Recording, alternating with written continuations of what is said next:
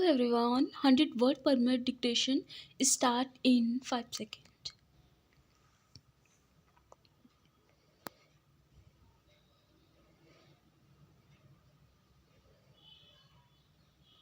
After an exhaustive speech that my honorable colleague, the finance minister, has made, I have very little to say. The reasons for the modification of the award have also been given in the statement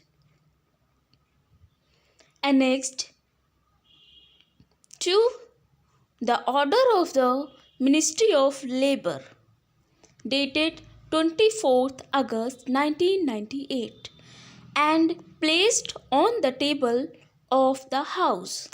Even since the population of the appellant tribunal's award, when rebellings of growing discontent on both sides begin to be heard.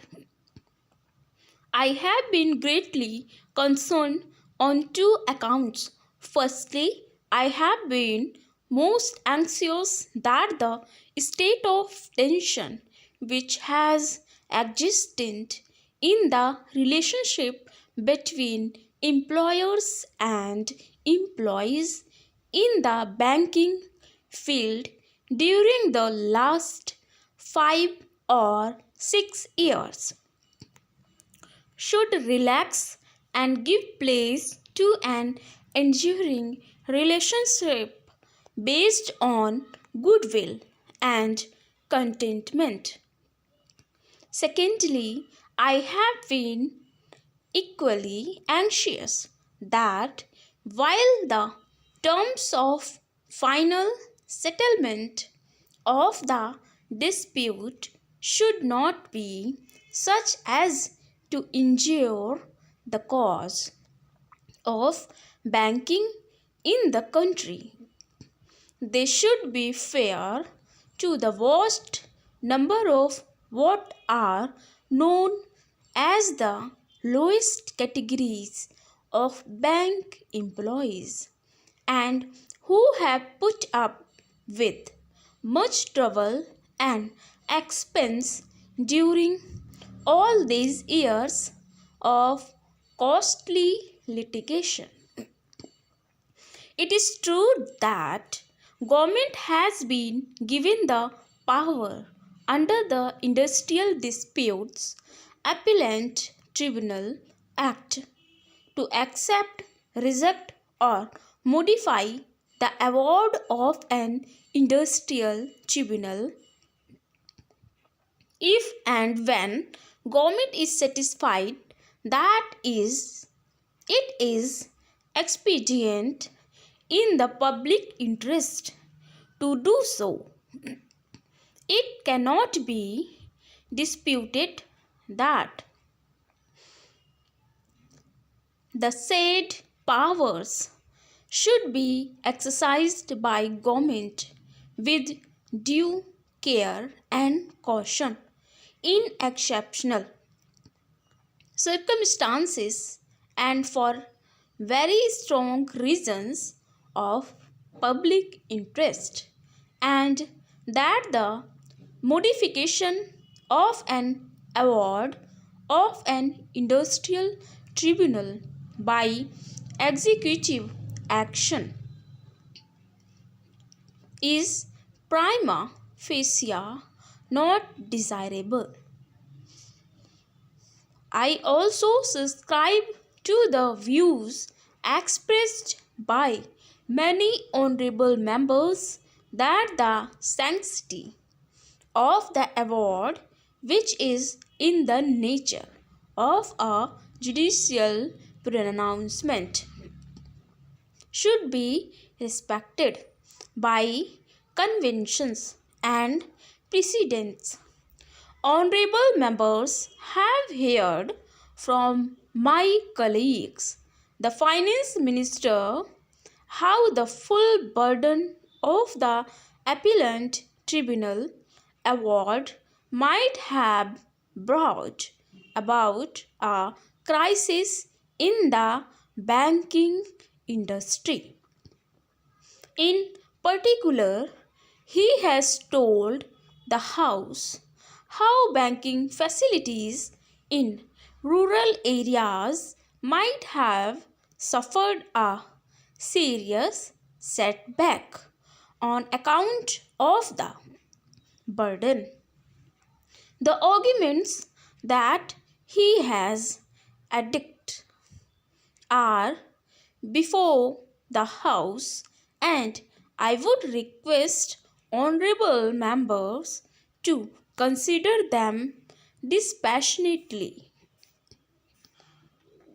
If any bank is really going to suffer a serious setback, I am sure that this House, and I venture to say all sections of it, will accept the necessity of modification. However much they might ordinarily condemn such a step as being bad in principle and unacceptable in practice. After all, it is only a healthy economy that bank employees or any other groups of wage earners can hope to secure a reasonable living. No doubt, government must take care to see that the awards of judicial and quasi-judicial bodies arrived at after the most exhaustive studies and researches are not slightly brushed aside, and that none but the gravest consequences are allowed to justify any modification which might go against the immediate interests of the weaker side. That is, Labour government have placed all their cards before the House, and it is for the honourable members to decide whether their judgment is right and whether it has been taken only after the most careful consideration. It cannot be a pleasant prospect for any government to pass orders which will have the effect of depriving low paid employees of a portion of their emoluments. And when they undertake such an unenviable but perhaps inevitable task, they would be doing so after careful consideration.